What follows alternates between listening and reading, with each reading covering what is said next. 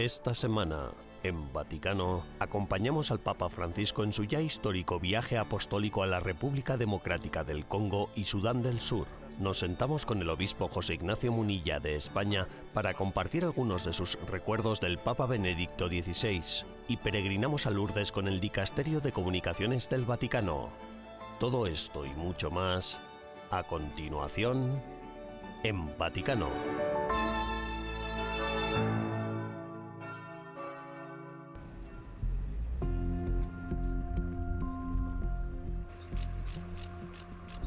El 3 de febrero, durante la peregrinación ecuménica del Papa a Sudán del Sur, el presidente del país, Salva Kiir, en respuesta a la histórica peregrinación ecuménica del Papa Francisco a este país devastado por la guerra, anunció que retomaría el proceso liderado por la Iglesia en el que se comprometieron para la búsqueda de la paz.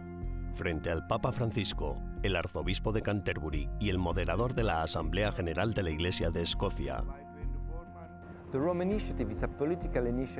La iniciativa de Roma es una iniciativa política para el diálogo en Sudán del Sur que nació inmediatamente después del retiro espiritual que el Papa Francisco, el arzobispo de Canterbury y el moderador de la Iglesia de Escocia realizaron en la Santa Sede.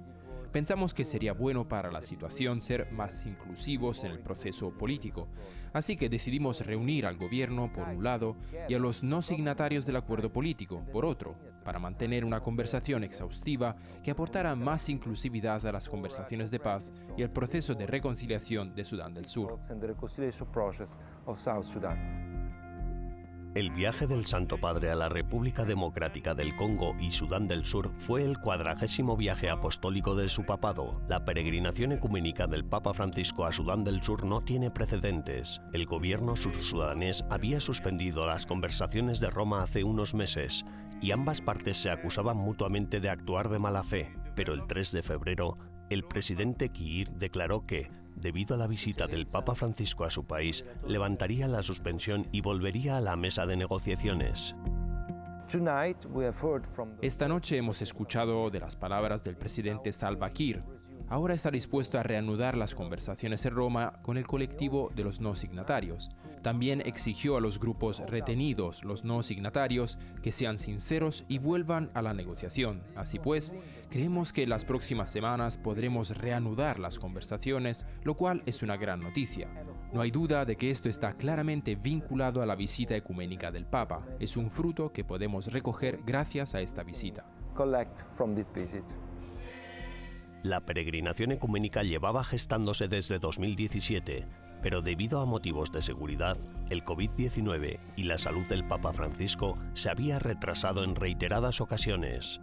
La peregrinación papal es la visita de más alto nivel que Sudán del Sur ha recibido por parte de líderes de fuera del país. Supone un audaz intento de las iglesias cristianas de desplegar su poder de influencia moral en un país que ha sufrido décadas de guerra civil.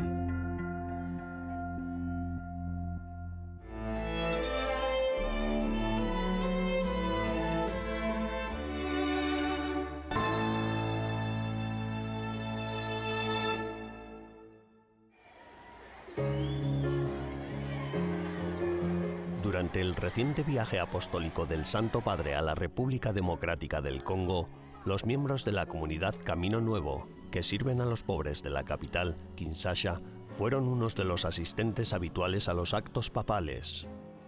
Estando allí, hablamos con el padre Pierre Etienne, de Costa de Marfil, miembro de la comunidad y en misión en la República Democrática del Congo. Soy el padre Pierre Etienne de la comunidad Camino Nuevo, una comunidad católica con vocación ecuménica que nació en Francia hace casi 50 años. Llevo 6 meses en el Congo, donde soy el responsable de la comunidad. Un aspecto central y único del carisma de Camino Nuevo es la importante labor que realizan acogiendo a niños abandonados en las calles de Kinshasa para después buscar a sus familias e intentar que se reconcilien. Cuando un joven llega al centro, hay personas que lo acogen, que escuchan su historia, que investigan su procedencia para encontrar a su familia. Una de las cosas que está ocurriendo y que me parece una vergüenza es que las iglesias del Renacimiento envían a sus hijos a la calle, diciendo que son brujos e impidiendo que puedan volver a sus familias originales. viven en la calle y están perdidos, pues nosotros acogemos a estos niños. En una ciudad de 15 millones de habitantes, cabe imaginar que es casi imposible realizar esta labor. ¿Cómo llevarán a cabo el trabajo de reconciliación y rehabilitación? Es un milagro, no puede uno hacerse a la idea. Mira la cantidad de niños que se reencuentran, por ejemplo, cada mes, y el trabajo aún no ha terminado. Creamos microproyectos para ayudar a los padres, enviamos a los niños a la escuela y todo esto se hace, en primer lugar, con la ayuda de la gente que trabaja con nosotros. Son personas que se ofrecen voluntariamente para ayudar en esta labor. Y repito, es un milagro.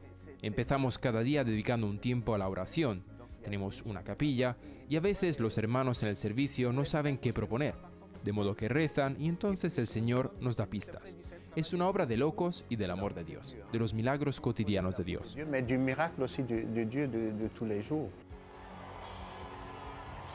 El Papa Francisco visitó la República Democrática del Congo del 31 de enero al 3 de febrero, siguiendo los pasos del Papa San Juan Pablo II, que visitó la nación centroafricana en 1980 y 1985. A lo largo de cada una de las intensas jornadas, el Santo Padre repetía constantemente el tema del viaje apostólico, todos reconciliados en Jesucristo. En particular, no dejaba de manifestar su cercanía a los pobres y explotados. La comunidad Camino Nuevo es un testigo indispensable de este mensaje cristiano que el Santo Padre tan a menudo reclama que todos encarnemos y asumamos.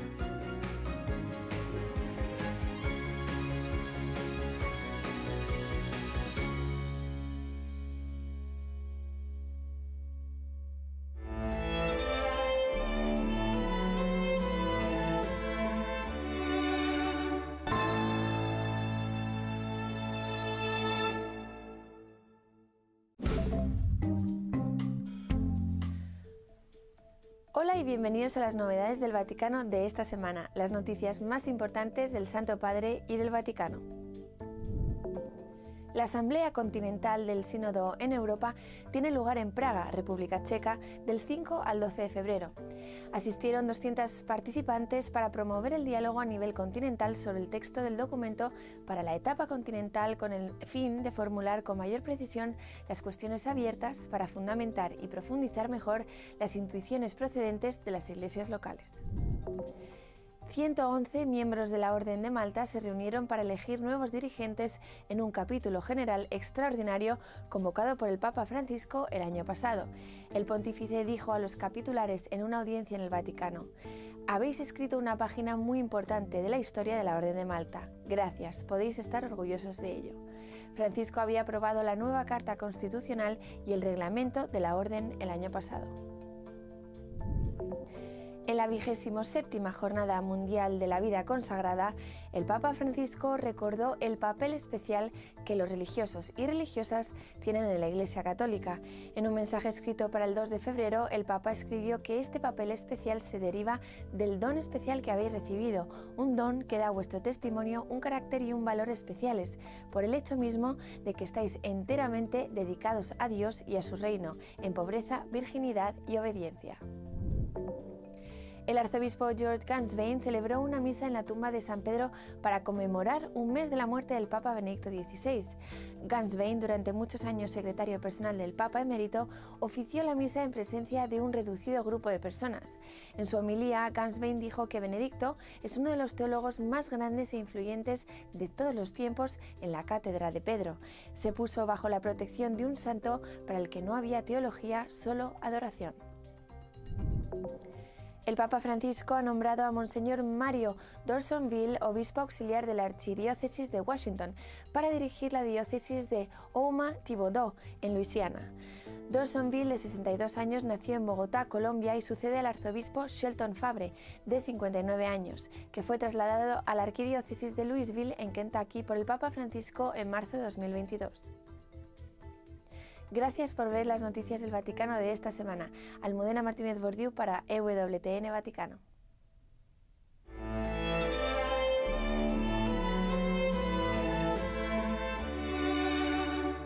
En breves instantes regresamos con más en Vaticano.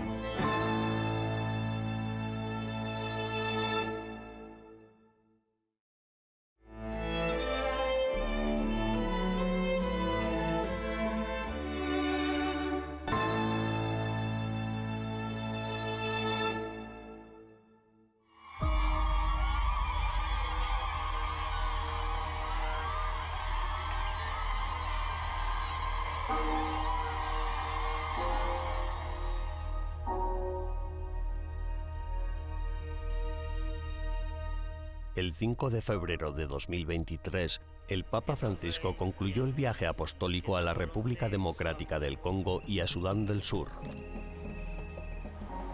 Una visita de 5 días promovida fuertemente por el mismo pontífice que, a pesar de sus problemas de salud, no renunció a la que él ha definido desde el principio como una peregrinación ecuménica de paz. El 40º viaje papal inició el 31 de enero en la República Democrática del Congo, país centroafricano de mayoría cristiana.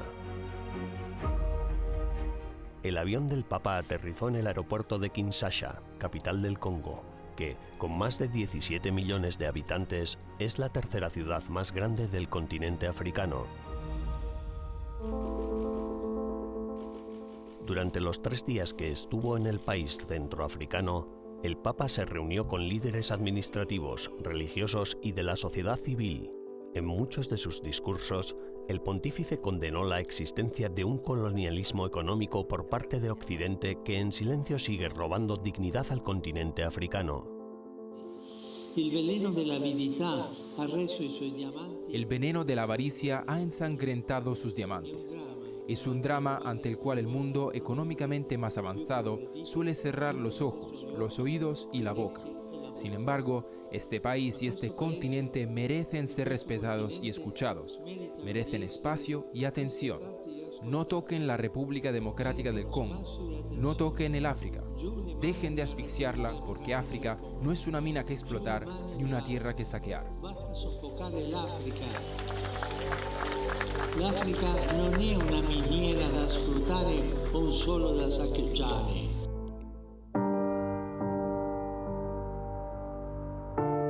Pero sin duda, uno de los momentos más emocionantes de la visita fue el encuentro con algunas víctimas de violencia provenientes de las regiones orientales del país. Cari fratelli e sorelle. Dirijo un vehemente llamado a todas las personas, a todas las entidades internas y externas que manejan los hilos de la guerra en la República Democrática del Congo, depredándola, flagelándola y desestabilizándola. Ustedes se están enriqueciendo por medio de la explotación ilegal de los bienes de este país y el sacrificio cruento de víctimas inocentes. Escuchen el grito de su sangre. Presten atención a la voz de Dios que los llama a la conversión y escuchen la voz de su conciencia. Hagan callar las armas, pongan fin a la guerra. Basta, basta de enriquecerse a costa de los más débiles, basta de enriquecerse con recursos y dinero manchado de sangre.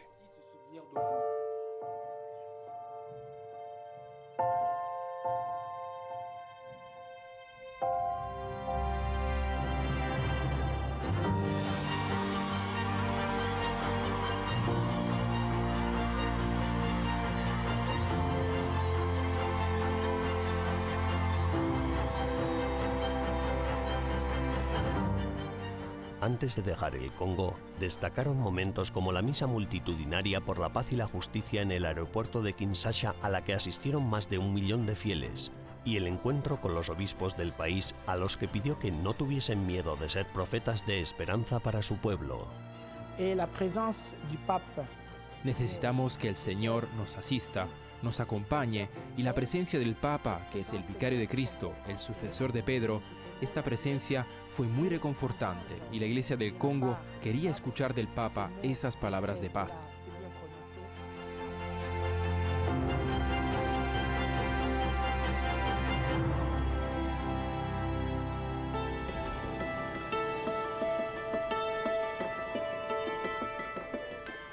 El 2 de febrero por la tarde inició la segunda etapa del viaje con destino a Juba, capital de la República de Sudán del Sur, donde le esperaban el arzobispo de Canterbury y el moderador de la Asamblea General de la Iglesia de Escocia. A partir de ese momento, los 3 líderes cristianos iniciaron la parte más difícil del viaje en un país lacerado por la guerra y la pobreza.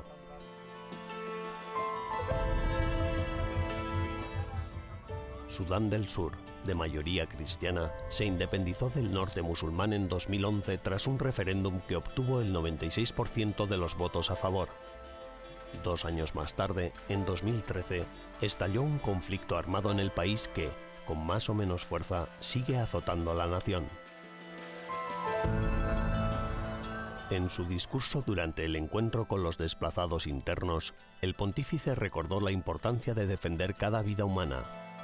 A lo largo de los años, la Iglesia ha sido protagonista indiscutible durante las conversaciones de paz entre las facciones enfrentadas, y gracias a este trabajo de mediación, hace unos años que se vislumbra como posible una paz en Sudán del Sur. Gracias a las comunidades eclesiales por sus obras, las cuales merecen ser sostenidas. Gracias a los misioneros, a las organizaciones humanitarias e internacionales, en particular a las Naciones Unidas, por el gran trabajo que realizan.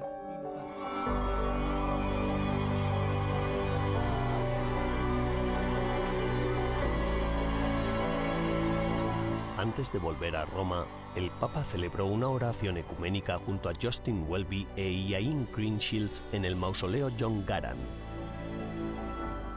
Allí, invitó a los presentes a orar, a trabajar y a caminar por una paz real en Sudán del Sur.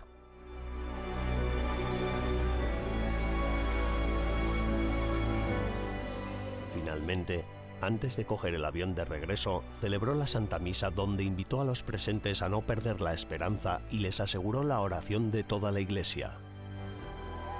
Con este viaje apostólico, el Papa Francisco ha dado voz y rostro a uno de los pueblos olvidados, víctima de lo que él llama la globalización de la indiferencia.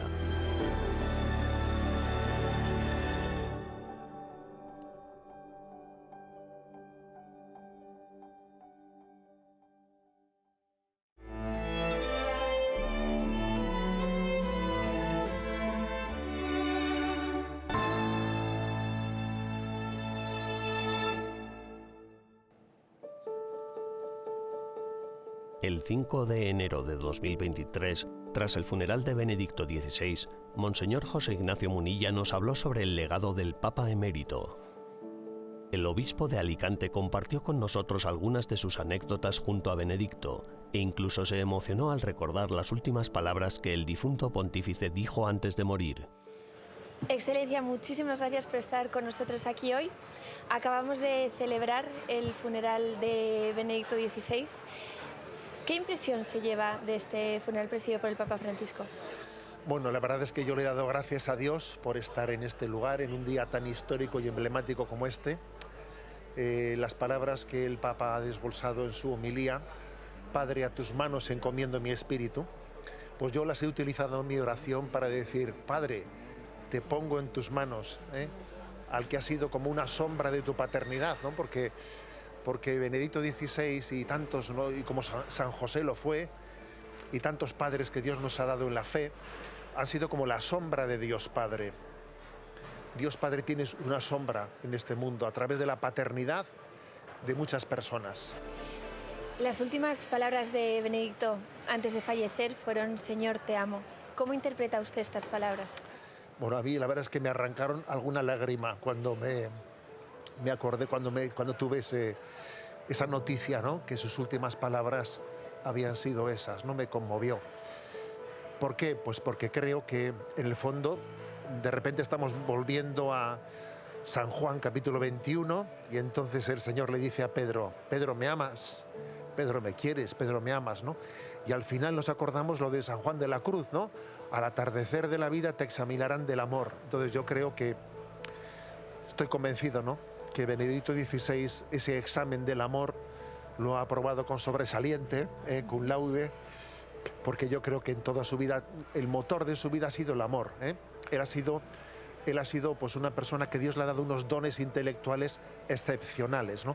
Pero sus dones intelectuales, fijaros, han sido siempre puestos al servicio de una verdad unida al amor, ¿no? Basta recordar Caritas in Veritate, su encíclica, que se puede decir también Veritas in Caritate. La caridad y la verdad son indisolubles.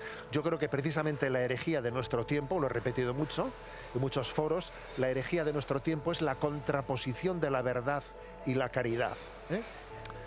Como si Benedicto XVI fuese el Papa de la verdad, pero no de la caridad, perdón. No existe contraposición de verdad y caridad.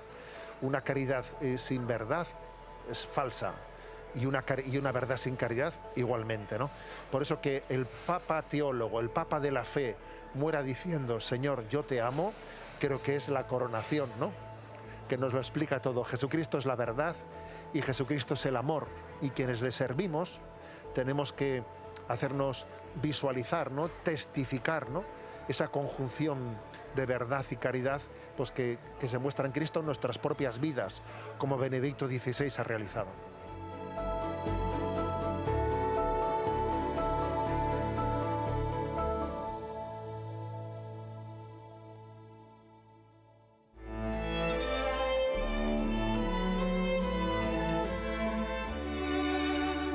Tras una breve pausa, regresamos con más en Vaticano.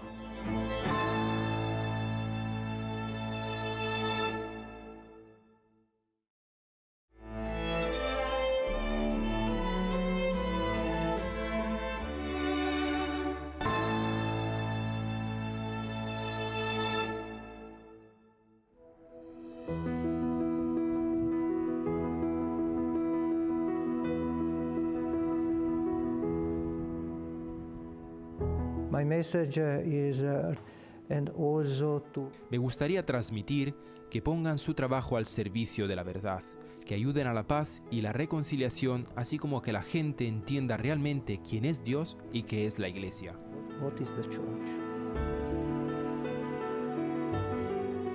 ¿Cómo se comunica el Evangelio en el mundo actual? A finales de enero, 230 periodistas de 25 países diferentes se reunieron para debatir este asunto en el santuario de Nuestra Señora de Lourdes. Considero que la forma más eficaz de compartir el Evangelio por Internet sea tan sencillo como compartir la vida de la gente. Hey, así es como yo rezo todos los días. U otra manera puede ser viniendo aquí en Lourdes y compartir con los peregrinos esta experiencia. Ir a la gruta de Lourdes y tocarla con nuestras manos.